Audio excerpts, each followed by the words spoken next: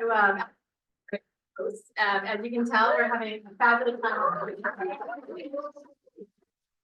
My name is Mina Jane. I'm the director of the library. I'm also a huge romance reader. So we do lots and lots of romance programming just because I can't not do romance programming. It's probably one of my favorite things because it brings people together. You're chatting, you're meeting some of your favorite authors, and maybe you learn a thing or two. So welcome. I'm going to hand this over to Evelyn Richardson, our moderator for this panel, and I hope you have a great day. Welcome, everybody, and this is the new Once Upon an Evolution, the new historical romance. I am moderating. My real name is Cynthia Johnson, and yes, I do write, but I'm also a librarian. Been a librarian for 40 years in Cary Memorial, Lexington, which is how I know Mina. And now I will let the panelists introduce themselves. I'm Carla Kelly. I live in Idaho Falls. It's a long way from here. 90 miles from Yellowstone Park. You got the picture. It's great. We get more tourists in the summer. Oh, maybe not in you do, but and I've been writing because it seemed like a good idea, and I had an English teacher in high school that convinced me that, well, we all hated her because she was so mean, but you know, like, taught us how to write. Anyway, that's me.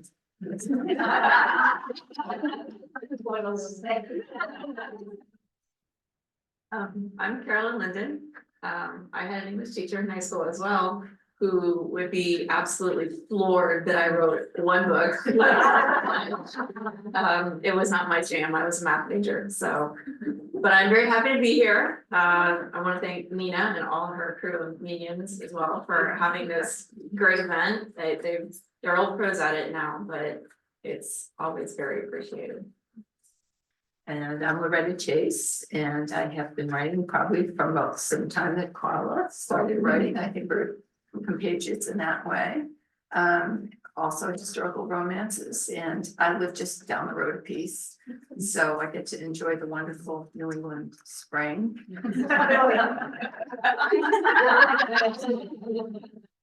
It was here for a minute yesterday. So, can you guys hear me on that? There. So now you all have your own particular interest in history. I don't know whether you've changed, but certainly the markets have changed. So how do you feel things have changed since when we all began writing back in the day? Nobody? Okay. I'll talk. Good. When we began writing back in the day, traditional Regency romances, there were tons of lines of Regency. So that when I was submitting my first book, I had something like 20 different publishers I could send it to. Wow. And today, 2, and they're not publishing those types of books. So I think we all, those of us who started out early, had to evolve our work because the market was changing. What I think was great was that we were able to take the traditional Regency romance and just make bigger books with that, which for me, being a history nerd, meant I could do more research. So that made it more fun. We talked about this with Eloisa James recently on a panel. I think it's historical romance continues to evolve, and if you're paying attention and you're trying to learn as you go along, I think you can evolve with it without having to worry, oh, the market doesn't like this or they don't like that. I think if your mind is open, you can adapt your style, your own artistry to what's going on and what people want to read these days. So that's my list. Maybe I. Okay. Writers work in a vacuum, and the idea of all these people is to me kind of terrifying. Simply because we don't get feedback very often, really, about what we write or how we do it. And let me say how I got started, and I believe in the principle of dumb luck. I truly do. But, I was a ranger at Fort Laramie National Historic Site, and we had a lot of, it was a wonderful restored fort, 1849, 1890. And we get visitors, and we were doing living history, so I'm very comfortable in 1876 clothes.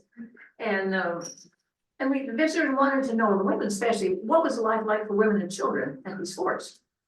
And so we have a huge library at Fort Laramie. I do all my research and cool stuff and some stuff, and it was all true because it's history and it's gotta be true.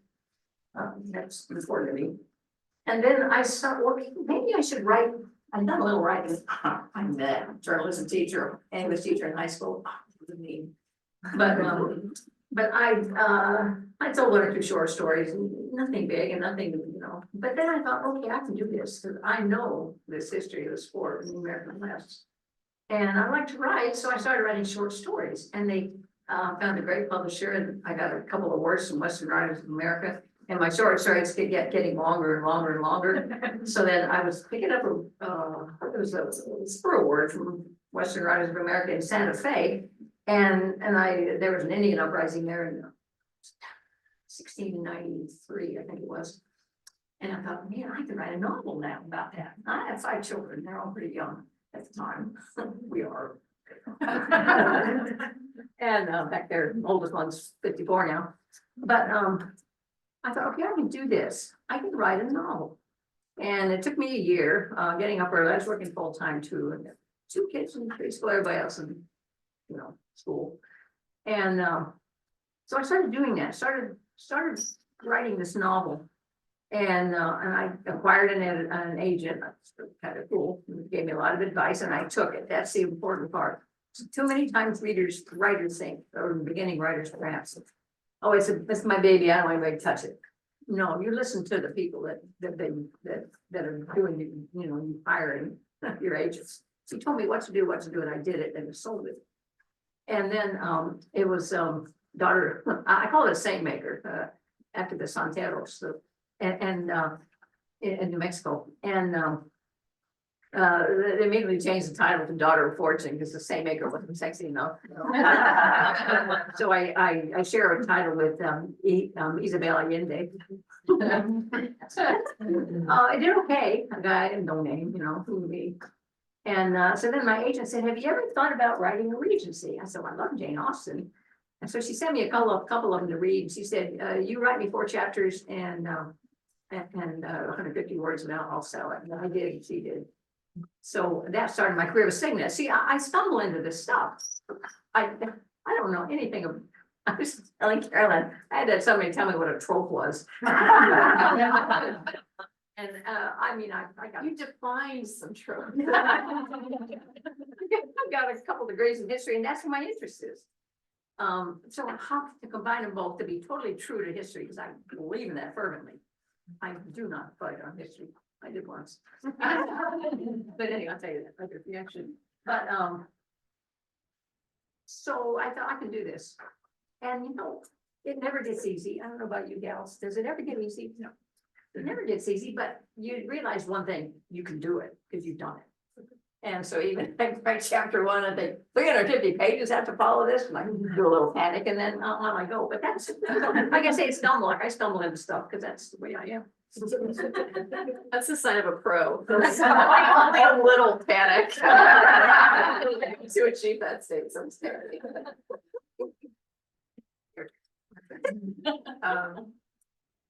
I can't believe I was sitting here between Loretta Chase. Mina, will you please take my picture? So,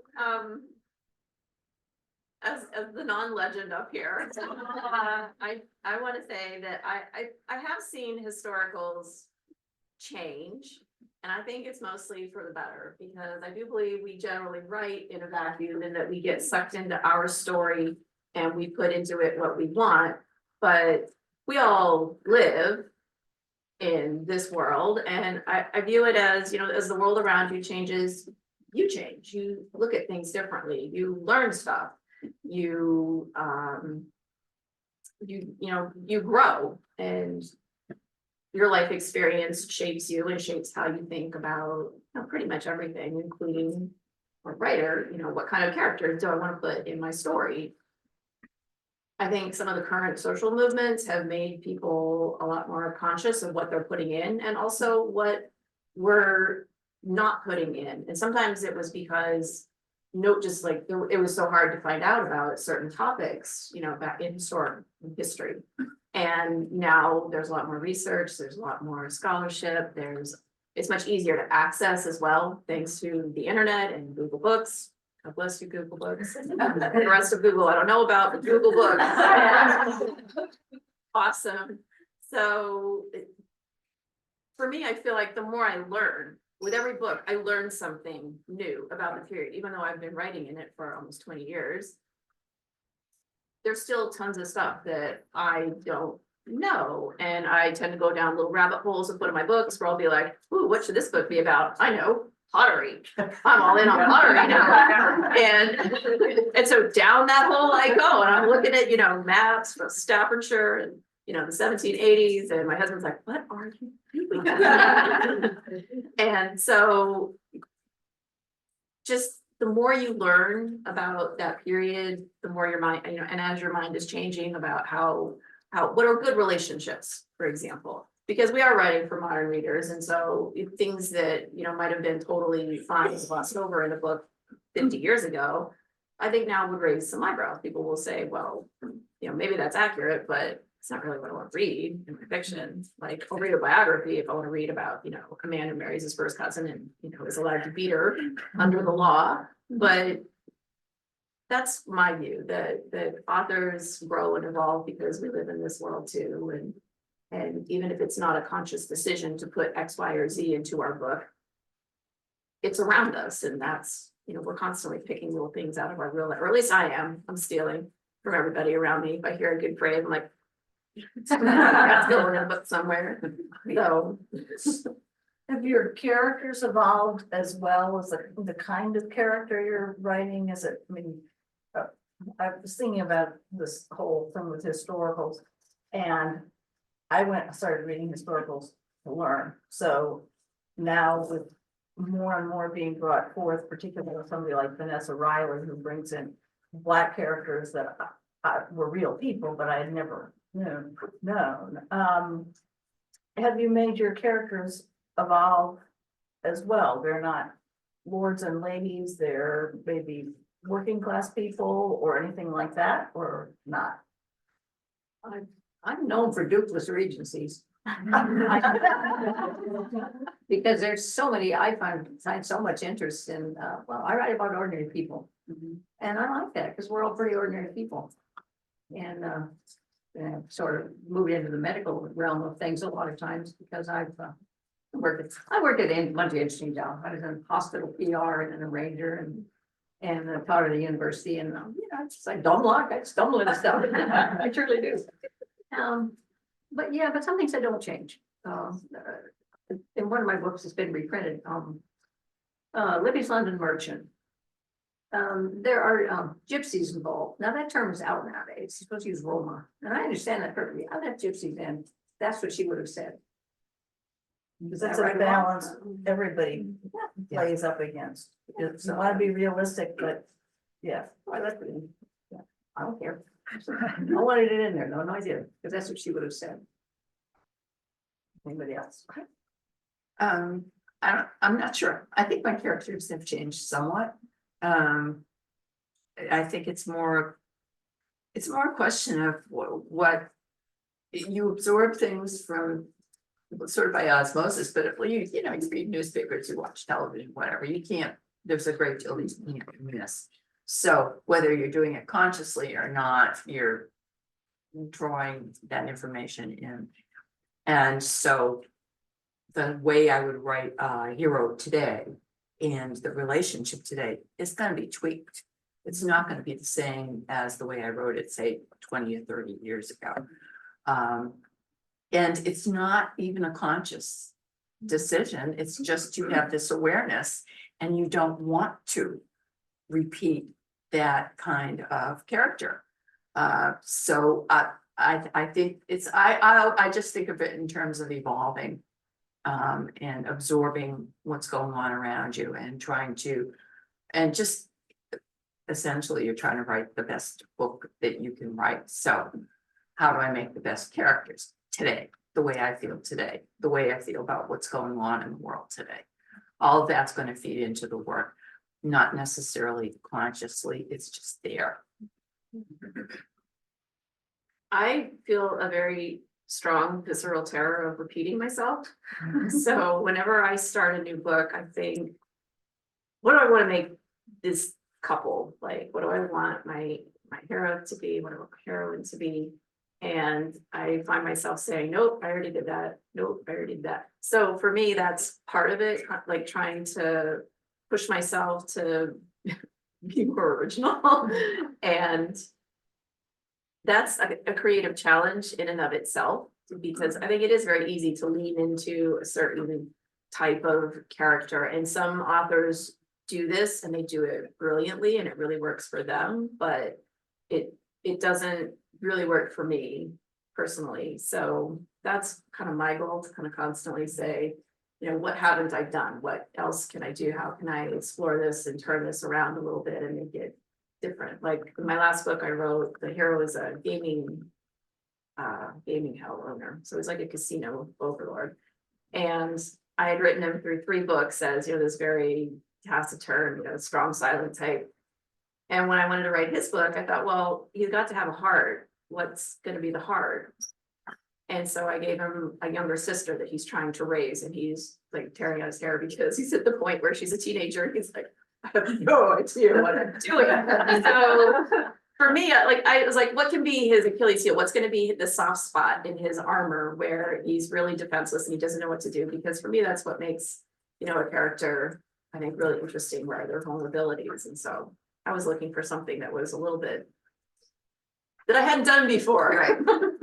Or even being vulnerable at all is a more modern take on the way bodice versus used to be. And you mentioned that when we started out, there were many, many presses that did regencies. Fortunately, when I sent things out and got rejections back on a regular basis, and then I sent it to Penguin, and I didn't hear. So I called them up and I said, oh my God, we've lost your manuscript. They felt so guilty. But It's really helpful. I mean, to mail these things. yeah, because in those days you mailed it. Yeah, it's not, and now they can just, you know, there's no putting something at the bottom of the pile. But the Regency, the people who do Regencies now has significantly decreased. Do you see other historical periods that are on the upswing or not? Oh, yeah. Okay. There, I'm seeing, and I love it, it's close to the late Victorian, turn of the century, 1920s. Yeah, and they're dealing with the suffragists and women moving into professions, which was so difficult in the time period I'm writing. So I love reading those books because I don't read it. I try not to read too much of my own genre. So it's great for me that people are are dealing with that. And that was like a no-go when we were first writing it. Nope. You're sticking to the Regency, right? Or medieval. Or medieval, right? Those were our choices. And wow, talk about change now. Are there any medieval? Like, they're very scarce now. A That few was Scottish really- Highlanders, but. Right. What is this? That was cool. But ladies, sometimes we have to, readers, pry readers out of the Regency. That's what I've noticed anyway, that people think, oh, that's all we're gonna read is I mean, yeah, that era, it's fascinating era, but not very, there's been a lot of history since and before. So trust us. Well, and you're somebody who does write outside of the Regency. Oh, I mean, you're in the 1830s. Yeah, One book so I'm reading, the so it's borderline creeping up there, they have puffy sleeves, so. Borderline Victorian, it's just in that in-between phase, which I find fascinating. But you've taken on lots of different. Yeah, I write what I want to read. And I did a lot of World War II. Well, I have one of my favorite books now. It's 2 lengthy novellas. When We Meet Again, World War II, 2 stories. One of them is based on some a lady told me when I worked in the Park Service. Foreign Army. Well, we lived in Torrington, Wyoming, which is there was a PW is what they call them, a PW camp there, about 13 miles from Torrington. And it always fascinated me, so I thought, it's long gone. But I thought, okay, I want to write, but I want to write this from the PW point of view, heroine and PW. And who do you? So what's why I've been interested in the Luftwaffe. So and they were North Africa campaigns, fueled the PW camps in the US, 435,000 people eventually. The first bunch was from the North Africa campaigns. And so she meets Gerd Gauss, not willingly, but she meets him. And yeah, when you hear their stories, you think, he was a pilot for Lufthansa. And what happened when the war began, Goering said pilots from Lufthansa will automatically go into the Luftwaffe. If you don't, we'll shoot you. But they had no choice, So she gets this, maybe this man's not, I will Nazi, and he wasn't. There weren't that many, honestly. And so you try to present, make unappealing characters appealing. And he turned into a very appealing character because she saw his conflict and she has her own, because her husband was killed right before the beginning of the war by the Luftwaffe as they were flying to England. On a secret mission, kind of. So, yeah, what am I trying to say here? It's just that there are so many different eras to write about, and I'm very happy to be in as a historian. I'm moving gradually into the 20th century. Don't know how far I'll go beyond, because my book coming out in August is at the Battle of Trafalgar, so hey, I like them both. I write what I want. And have you written things other than Regency that I can't? I wrote in the Georgian. Ah, yes. Loretta's going toward Victorian and I'm going backwards. For the Georgian. I think. So there's been a little bit of a thing on social media lately about historicals are dead and nobody wants to read historicals. Young people don't want to read historicals because that's like reading a history book, and I read books for fun, not to learn. Which I think is crazy, like reading, I've learned a ton of stuff from historical books. I'll never forget, my husband went to law school and he came home one day from his property law class and he's telling me about all the different ways you can hold and inherit property. And I went, oh yeah, like the entail. And I just explained it to him and he sat there and looked at me, he's like, how do you know English common law on property descent? And I'm like, Jane Austen, Loretta Chase, all these people have taught me all about this, and you know what? It was zero pain. I had time learning about English property law. So I'm kind of excited about the growth in streaming when they have picked some out of the usual periods. Like Our Flag Means Death, which was set in, the age of sail. It's like 1720s, right? It's very early 18th century. And then there was another one with highwaymen called, was it Nell? It was very recent. I can't remember the full name of it, but it's about a female highwayman. And there was another one with, no, she was an actress. Oh, yeah. But there was another one with highwaymen. It was like Our Flag Means Death, but on land. It was very funny, and I thought, like, this is like a lot of this stuff is more or less true. Oh, Dick Turpin, that was the one. Famous Dick Turpin. And so there's so much crazy stuff that happened in history that would make an amazing story. I think it's a miracle that some of these things haven't caught on. I personally kind of blame big publishers for telling authors, well, we've analyzed our data and we know what sells. And what sells is the word Duke on a cover and a woman in a Regency ball gown. So that's what we want you to sell us. We don't want your highwaymen from the 1740s. We don't want your pirates sailing the high seas and doing stuff in some 20s. We're not that interested in, your political romance from the 1870s. We want a duke in a tailcoat and, dancing slippers. So the rise of indie publishing has, I think, enabled more authors to come in with their less typical time periods and settings. Right.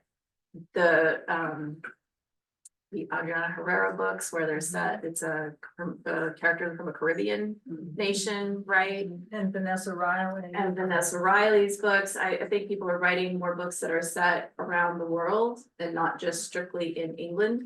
I've even heard there might be like some French historical, for a long time, this is a joke, sometimes right, for a long time, if you set your book in France, they were like, nope. I don't know what was wrong with France. You think like they had a whole revolution, there was a whole lot of daring do, like there's really cool stuff happening there. And it was beautiful, it was in France, and publishers was like, nope, we don't want a story set in France. So I do blame the publishers a lot. And now indie publishing brings out things and suddenly they're selling, I read PW, Publishers Weekly, and you'll see Rebecca Yaros and all these people who started off as indies, you know, selling boatloads, and all of a sudden, that's the next new thing. Yeah. Well, the indie publishing is proving there is an audience for these books. Right. And it might not be as big as the publishers want, but there are readers out there who love it.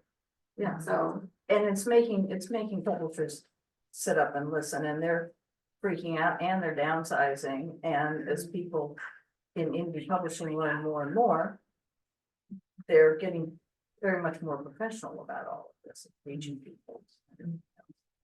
Funny story about a cover. This is back during the traditional regency.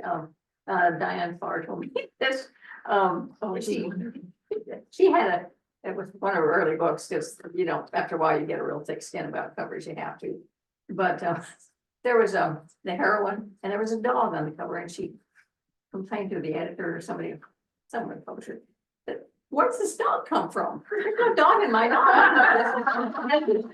And the publisher said, could you have a dog? I said, covers sell if they have a dog on them. That's what we're working against, ladies.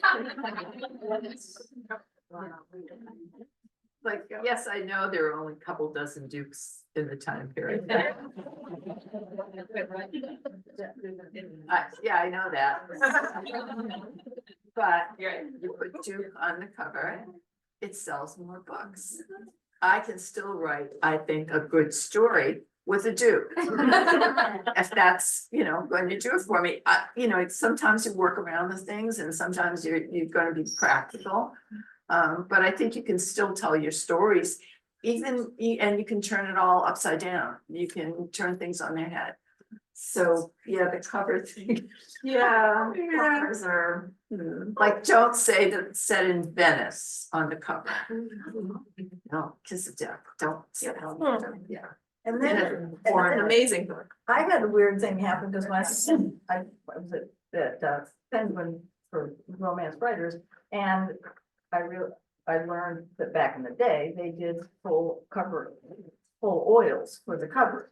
So my husband said, oh, which is his favorite cover, and I told him, and he'd buy it for me, but it was a couple in a balloon. And that same month, from another publisher, another fellow writer of mine had a cover with the heroine and hero in a balloon on the cover, so, yeah. I mean, that just happens. I remember I wrote a book and I worked so hard and I did all this research into, I can't even remember what the thing was now. And I finished it, sent it off to my editor. I was like, thank God, you know, pour me a drink now. And I went to go read, because, you know, when you finish a book, you reward yourself with a new book, because that's what I do. So I went and I got this, it was a Madeline Hunter, and I opened it up and same plot element.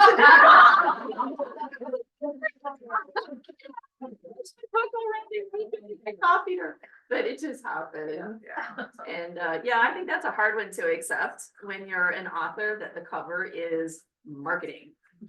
Because authors will get this vision in our heads. They're like, oh, this is what the main character looks like, and this is the setting of the book. And the publisher will go off and do something completely different, because they're like, this will sell more books.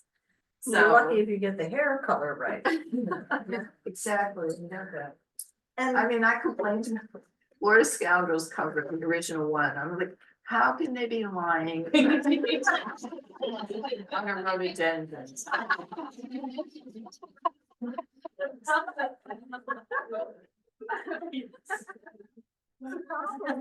thinking, some reader thinks that I don't know that my hero Oh, had red hair. Yeah. yes. I can't remember, it was one of my very early Regencies came out and the cover was a woman reclining on a chaise lounge. And the heroines behind her probably looking down her cleavage, I don't remember. I timidly approached my editor. It was Hillary Ross. Oh, yes. Oh, that woman. Yes. And I The said, terror of penguins. I said, Hillary, there isn't any part in my novel that involves this cover. And she said, well, let's have to go with it. So we went with it. And then years later, and I felt a little braver, I said, I was with that cover. And I could hear, I honestly hear over the phone kind of dancing in the background, you know, just kind of, what do I say to this woman? I want her to keep writing for us. She said, what happened? And you mentioned that the illustrator done a very nice cover for that book of mine. And lost it on the subway. I mean, so someone has it somewhere. Anyway. And so they had to get that cover on, so they slapped them on from another book earlier, and that became the cover. Oh, I said, oh, really? Because Hillary was always very sure to tell people that the Signet Regency stopped at the bedroom door. Oh, there we are, and so I didn't write for Signet much longer, because man, anyway. That is one thing that's changed, don't you think? There's, you know, people now write sex and Regencies, whereas, I don't. well, it's a pain in the neck to write, I think. Or elsewhere. They did have, Signet did bring out the super regencies where they did. They let. You let them into the bedroom. And that's how I actually got into that, because my editor said to me, do you want to write a bigger book? You know, and do the sex scenes. Yeah, that was frightening. It's frightening every time it doesn't change. It's trying to find the right way of expressing, because it's part of the story. The reader's been waiting for this moment. Who are these people? What's it going to be like for them? And let's not deal with the plumbing too much. Let's. And I learned something from Evelyn Richardson, who was another of the Signet authors, when she said, keep the focus on the emotions. And I've never forgotten that. It's helped me get through the scenes. Yeah, Melinda Helfer told me, Cynthia, you can't torture your characters too much. Ooh, I've Sarah also- McLean would go fight that one. I've also noticed that the more authors become well known, the less sex they put in their books. I mean, I'm thinking of maybe Kristen Higgins or Susan Elizabeth Phillips. Yeah, sort of debate that. That's right. I don't know, I think like this someone's house scorched the page. Yeah. That's very famous. Yes, yes. But it's kind of cool, you realize, and I'm sure you all know what I'm talking about here. At some point, it's kind of scary and gratifying at the same time. Your name gets bigger than the title. And then you realize that they're reading it because it's a whatever book and not particularly the subject. And that's kind of thing. Oh, wow. I better pay attention when I write down.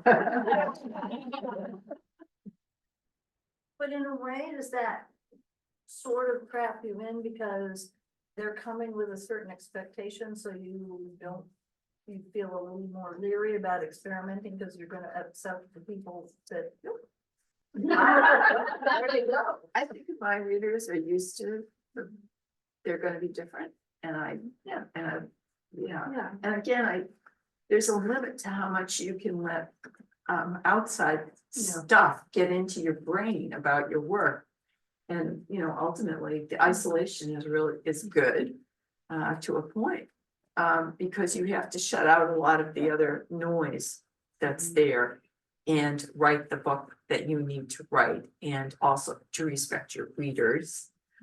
You know, they have certain expectations. Well, they expect me to write a good book, and they expect certain things, certain level of, you know, historical accuracy, or, you know, they learn to expect certain types of heroines.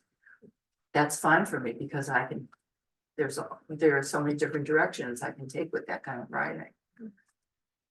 I think you just have to stay true to yourself, like someone said, you know, you have to write the book that you want to read.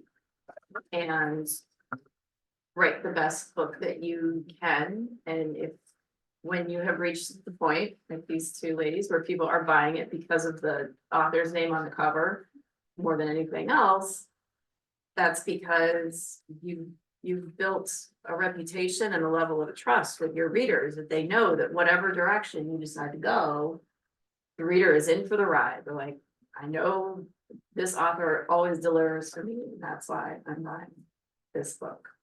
So, Yeah, keeping the bargain with the readers. yeah. Yeah, And also, I think your voice, when Penguin dropped the signet line, they asked me if I wanted to write contemporaries. And I said no right away, but I couldn't figure out why. Because I've always been born 150 years late. And never had done. But I realized later, Gail Eastwood, another signet author, was talking about voice, and I realized it was my voice, which just couldn't be contemporary. So I think maybe that's also sort of part of it. can you read someone like Susan Elizabeth Phillips or Jenny Cruzy? A very distinctive voice, and will be kind of hard to picture them trying that voice in the historical, but they're fabulous for the contemporaries. Yeah. But there are others that seem to be able to do both Yeah, really well. trying to think. Jane Prince. Yes, exactly. And mysteries, and sort of genre changes as well. Yes. So, yes. Yes, and I think her contemporary voice had quite influence back in the 90s on the historical romance. When those first Amanda Quick books came out, she brought a whole new tone and sensibility to, and I thought it was very inspiring for me personally. So I have huge gratitude for her. She was a librarian for. Does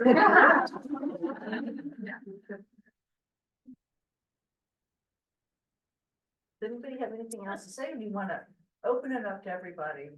The questions. Yeah. Let's do. I guess I have to be the one. Okay, dude. So I have a question.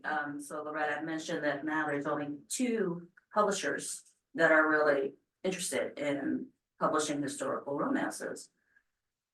What have you heard from them in regards to trying to appeal to this large crop of romance readers who are coming in from fantasy or contemporary or dark romance? Which I in my heart, I feel is so similar to historical, not dark, but those other subgenres, because they tell a story. So it's really the art and the craft of the author that's bringing them in. What have you heard from the publishers in regards to trying to appeal to those readers?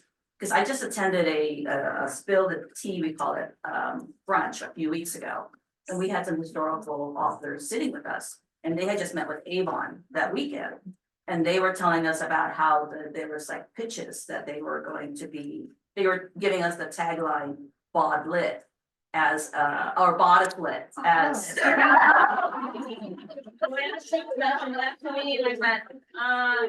heard that. Come on, and I'm like, I don't know, I really don't know. I heard that on the panel that I did, and both Eloise and I had the same reaction. It's like, let's go back 50 years. Because I'm a child of the 70s, 80s. I never read a historical because I heard them referred to as bodice ripper. Up and coming feminists going, no, I will not read that. Come back to romance 40 years later, and I'm reading those books now, and I'm like slapping myself, my younger self, going, silly, silly, silly Maria. Because I didn't see the growth, but it is what it is. So I hear bodice lit, and I'm like, still. That person should be punched in the head. But well, I'm curious though, because I tried to talk, like my daughter is a fantasy romance, high fantasy, and she likes some contemporary. And I'm telling her about how much I've learned from reading historical romances, and she's like, Okay, Mom, yeah, sure, okay, yeah, that sounds really interesting. So I'm just, as a lover of historical and somebody who wants to share it with other friends who are kind of looking at me like my daughter does. What have you heard from publishers besides going indie? I mean, how can we try to get readers into the subgenre? I haven't heard anything. I haven't heard anything. I haven't either. No. No, mine tell me, I had a article, she just said, yeah, would you write us a novel, it was supposed to be a Regency era, not that much. Tell me how many words she wanted, so she trusts me. So they trust us. Yeah, sometimes. all I've heard is, when's the book gonna be done? Exactly. They were very busy. Well, you're Loretta Chase. Yeah, that's a lie. You weren't that patient with me. Wow, yeah. Can you talk a little bit about the evolution of comedy, either in your own romances, if you've already always used them, other folks, or how there are no these sort of more comedic romances, historical romances? If that's something that either wouldn't have appeared or is now sort of a thing. I think they were always funny ones. I mean, look at Jane Austen, you know? Obviously satirical, but even like Yeah. Tessa Dare or like. Yeah, I think the humor has become more open. There was definitely a Yeah. period when they were pretty serious. And then certainly authors like Julia Quinn, when she came on the scene, she felt, you know, her stories were full of people who were nice, like there were no escaped convicts, assassins on the run in her books, and the people were just nice for the most part, and her stories were funny. And I told her once, I was like, your books are kind of the ultimate comfort read because they're just gonna be like a warm blanket around you. Yeah. I think she really helped change the tone, and authors, you know, like her, but about that time, when did she start writing, the early 90s? Yes. So I think she opened the door for other authors like Tessa Dare to come in and have a more comic, lighthearted tone. It's definitely always been there. Yeah, Marion Chesney used to write those. Yep. I loved those. Yes, I think the thing I love about Regency romances is limitations. We live in a world without limitations. I think it's harder to write fiction in a world where there are no limitations on conduct. And it's so interesting to see how people avoid and evade the limitations. The other thing I want to say about dukes. I think, Loretta, you do such a great job with dukes because they're always so vulnerable. And they're so unexpectedly mystified at how to behave. How to handle these new women. The Duke is still learning, but women are changing, and I think you show us that in your book. So I love a book by you that has Duke. I like the idea of they have so much power. Yes. And it's inconceivable to us probably how much power they actually had. And the idea that this woman. Just love it. The Dukes are the Regency billionaires. Yeah. Yes, Yeah. that's what they were. Say that the in the podcast that these men have to have a powerful woman knock them on their arse. Yeah. Yes, back in that. This is related to a bunch of conversations I've just been seeing and listening to and participating of late.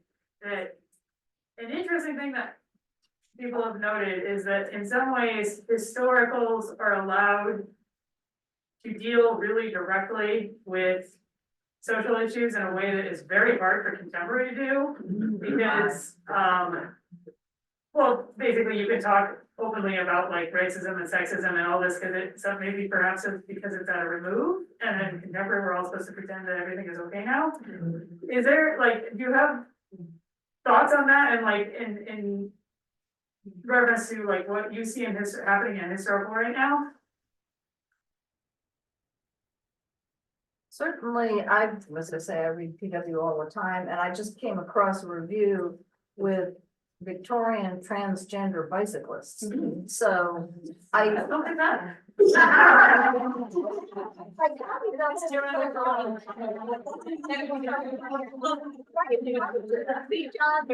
At Cary Library, and I'll tell you, he's really bad, go, but I'll tell you. I was thinking when I was supposed to be thinking of questions that might move the conversation along, I was thinking of just that. We read to escape the world, and in some ways, current problems are too pressing, but if you put it back and feel reassured that these issues have been around with us forever, it's not just the rest of it, it's not just the now. And B, it is a little bit removed, and so you can think about it more dispassionately, I think, but I don't know how everybody else feels.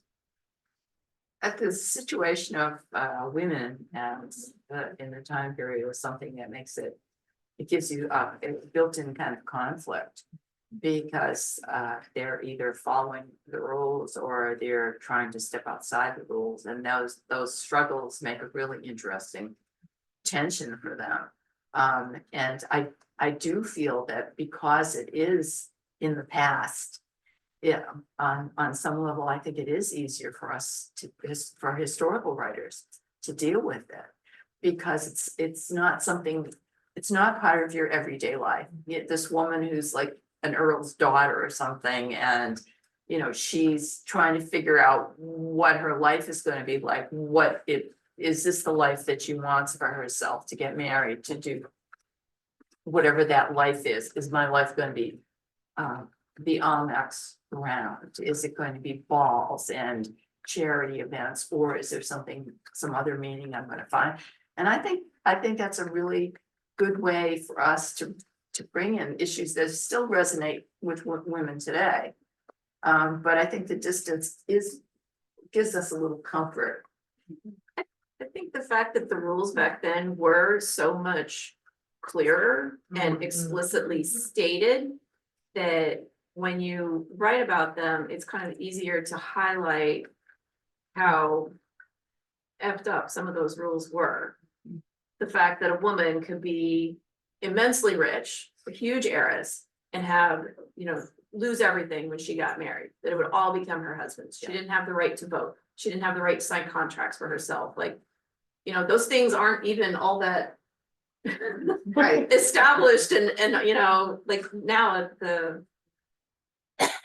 I think we feel like, you know, everybody is equal, and back then it was very clear that everybody was not equal. There was a very definite hierarchy, and you can write a story that highlights how terrible those were. Like, those were the people who were fighting to change things to get to where we are now, and it kind of, I think, also can help you call into prominence. Yes. How much some of those battles are still raging onward about what women should be able to do with themselves and their lives and their careers. Yes. According to NFL figures. But there's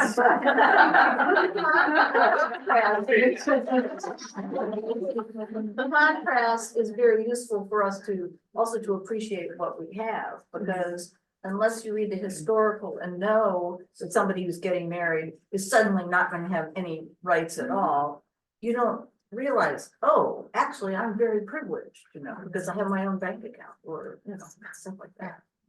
I wrote a Western, for Harlan Bundy. Only time they let me write a subject that I knew a lot about. And it was set at Fort Leonard during the Indian Wars. And she comes to teach, Susanna. And she's lost everything because her husband divorced her. And so you read this stuff about it. And you have to stop it, because she's staying with a cousin at the fort. And the cousin doesn't want to tell people that, you know, her Scarlet past, even though it's the Scarlet, but she was divorced. So she invents the thing about she's a widow from the Civil War. And then the truth comes out. And you know, she's ruined, well, for a while. But yeah, how do you talk about those things that we don't, do people still deal with these things? Some places they have. Yeah. Things haven't changed. Way in the back under the clock. About women's rights, but this is what I'm gonna talk about. I just wanted to say that when credit cards kind of happened, because rates in 70 and before, a woman could not get a card without a man signing it. I got a credit card faster than the person who was 15 years older than I am, because I was single.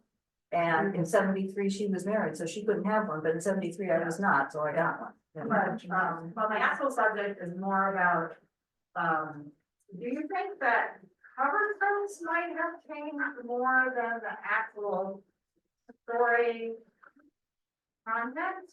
I'm asking because I noticed that the latest, and this is not historical, but I'm seeing historical too, but the latest Susan Elizabeth Phillips cover is, what I call a cartoon cover. And to me, who grew up with color forms, those covers look like elementary school. But when I was a kid, so when I look at these covers, I am so not, they're so not appealing. I mean, it makes it harder for me actually to go, oh, here's one that maybe I should read the description about, because it might be interesting. So I just wonder if you guys have any, Well, feelings about that. part of the cartoon cover thing was COVID. They couldn't do the photo shoots, they couldn't go into the studio with people, so the cartoon thing, and it's, cost is also plays into the deal. So I think that's part of it. And I think it's just that they're associating it with the younger audience. And it's, because they're trying to make sure that they have a continuous audience for romance. So I think that's part of it. I'm not sure what else, because I don't have like extreme insight into the minds of the marketing. I know booksellers also can play a role, especially the big accounts like Walmart, Target, Barnes and Noble. I know that publishers have completely changed covers to suit a retailer like that. So it is entirely possible that the booksellers are giving feedback saying, we really like these bright covers, they look good on our shelves. Keep them coming. And they tend not to be too, sort of bodice rippery, so I know I talked to an They're a little agent. more of a Rorschach test, I think. Yeah. This book could be happy, this book could be, grief, it could be anything. But for places, I had somebody who said, I'd love to buy your book, but we sell at Walmart and it's set in a brothel. So we can't do it, but I think they probably run up against things. It can't be too lurid. Right, I know. It's Target or Some Walmart. of the very spicy romance authors have long struggled with retailers not wanting to show their covers. Facebook is notorious for not letting authors of, more erotic and, super spicy romance advertise their covers. Their ads will all get rejected. I think Amazon is also, they all have guidelines about what you can have on your covers, so. I think it could also be just a way of saying, fine, like 50 Shades of Grey had the most bland cover ever, right?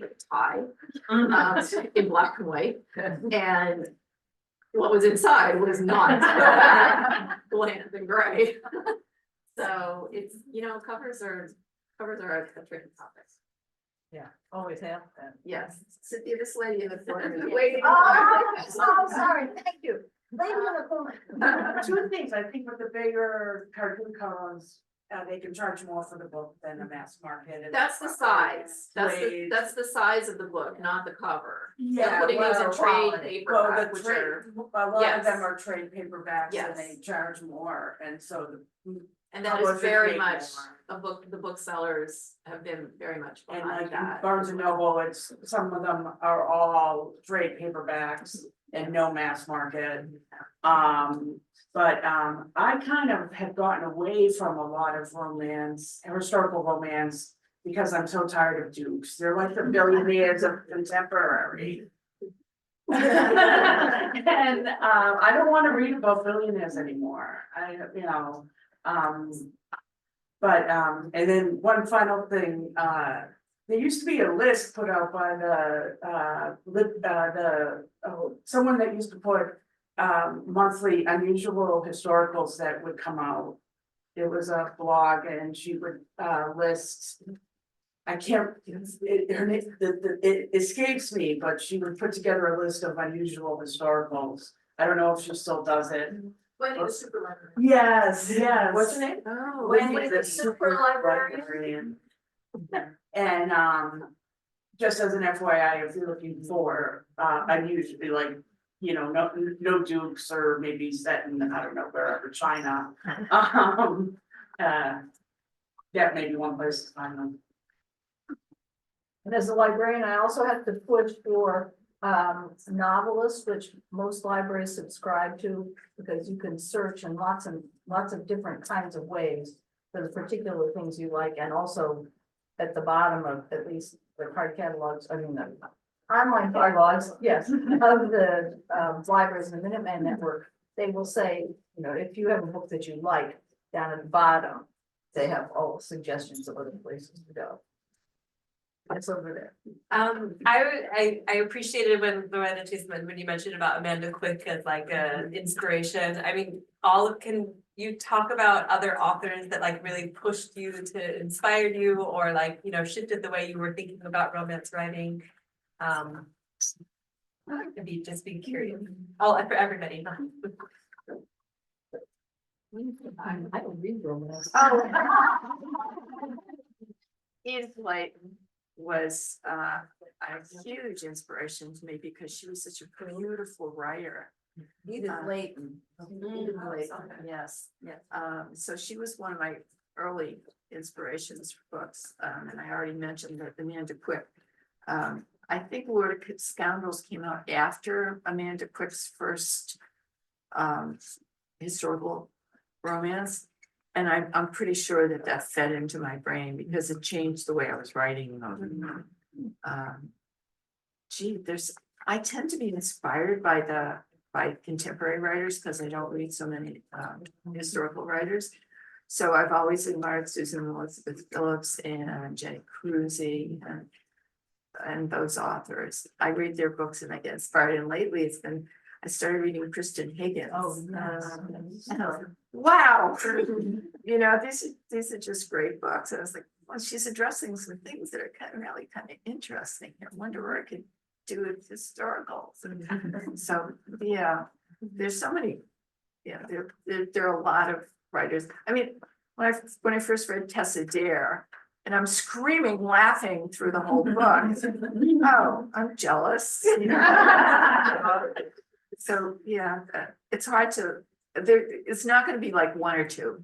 It's just they're all out there, and you're picking up whatever they're doing, and some of them they remain in your mind. Like I'll say Edith Layton again remains in my mind because she just wrote some incredibly beautiful books.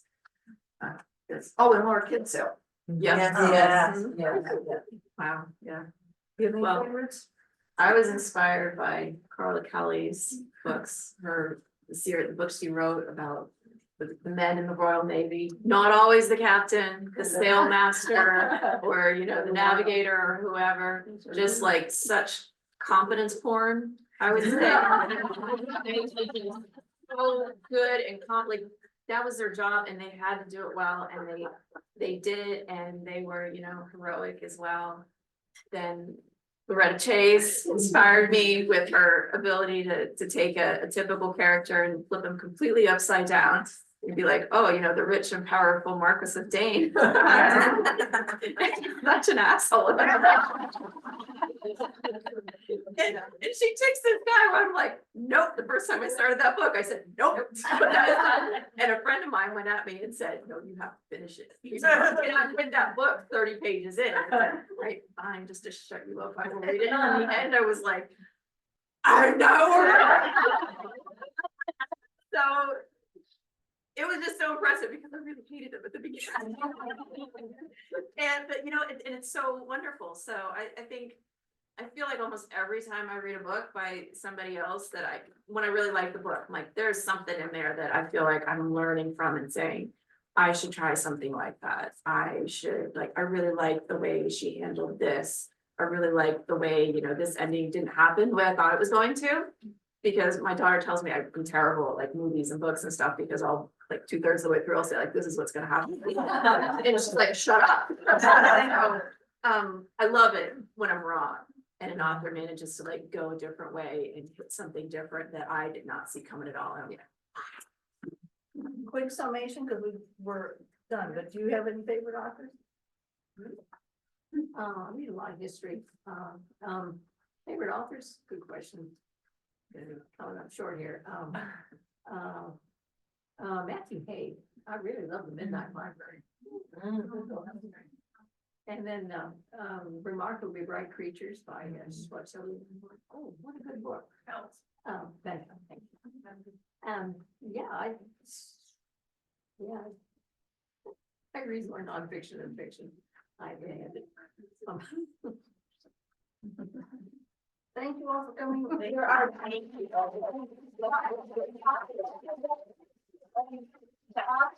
There are author rooms, I've forgotten what the exact terminology is, but you can go